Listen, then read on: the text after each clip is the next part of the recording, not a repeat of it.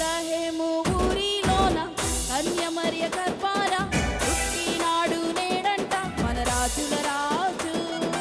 భేదం ఏమీ లేనే లేదు ఈ లోక రక్షణకై పుట్టినాడు నేడంట మన రక్షకుడేసు.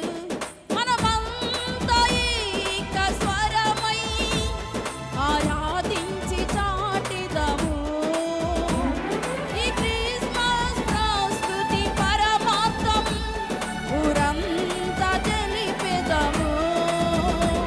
మనమంతా ఏక స్వరమై ఆరాధించి చాటిదము ఈ క్రిస్మస్ ప్రస్తుతి పరమాత్మం ఊరంతా తెలిపెదము.